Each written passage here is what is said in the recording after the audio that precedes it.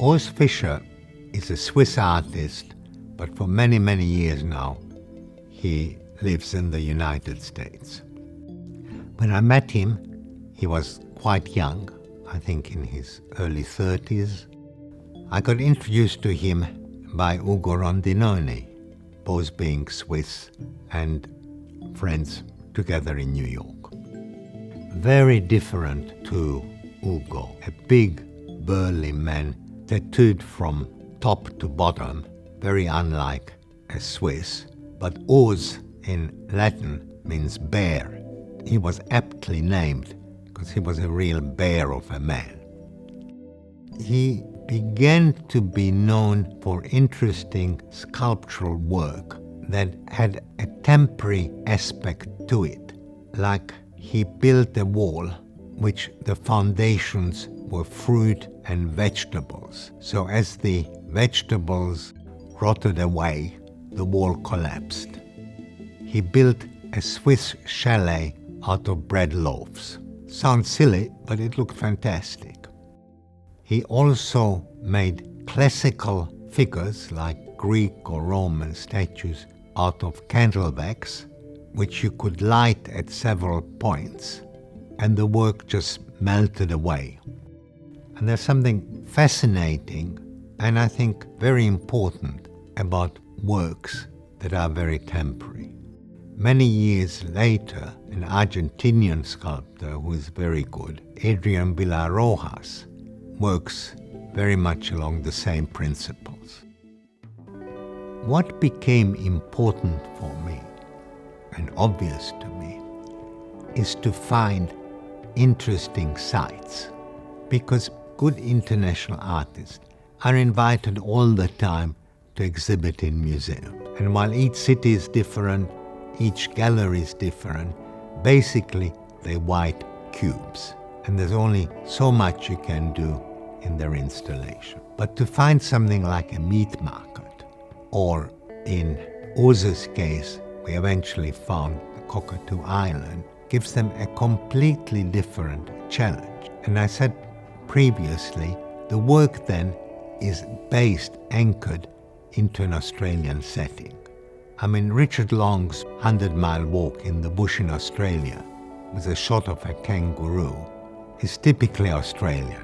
It's a work by Richard Long, but very much anchored in the Australian landscape. So I put great emphasis in finding sites. And also it's a much bigger challenge for the artist. They find it exciting, and it's one enticement for them to come to Australia. I found Cockatoo Island a real challenge, because Cockatoo Island today, and for several years now, is very accessible. There is several ferries a day, both from Balmain, from the city, from Woolwich, and there are a number of coffee shops, and you can even spend overnight there in tents. When I was looking at it, it was still basically uninhabited, with some caretakers and with quite ferocious dogs locked up during the day, but you could hear them barking, that were let out at night. Not really a friendly, welcoming place. But I always like to find new spaces, and especially the convict area up on top was really wonderful. Cockatoo Island has a very interesting history. It became a reform school for convict women, and then a very important shipyard during World War II. Urs was very happy with the space, especially the early convict buildings, and we decided to do a project there. Again, what was so fascinating, that while some works, 2 works, were already partly made, one came from Switzerland, the other was manufactured to our specification in China, a big steel cabinet, but the rest Urs made himself on the spot. He created a skeleton out of plaster. He cast his own hands, which were quite remarkable, and turn them into a mobile. We went into some junk shop and bought a dressing table and a chair, which he and his assistants broke into little pieces.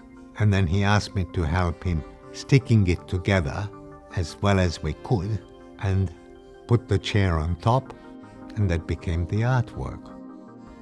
You live and learn. The site made it really what it was.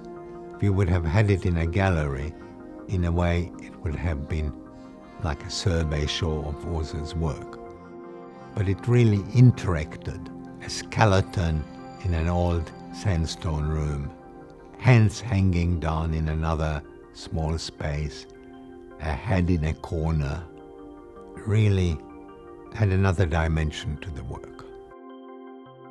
It was very difficult to access for visitors. For the opening we hired a ferry, which was great, but after that I think there was only one ferry a day. You had to have a water taxi or find some other means to get there. But it was a real challenge. But we were the first to do an art project on Cockatoo Island, and a few years later the Biennale followed. From then on, Cockatoo became a real destination.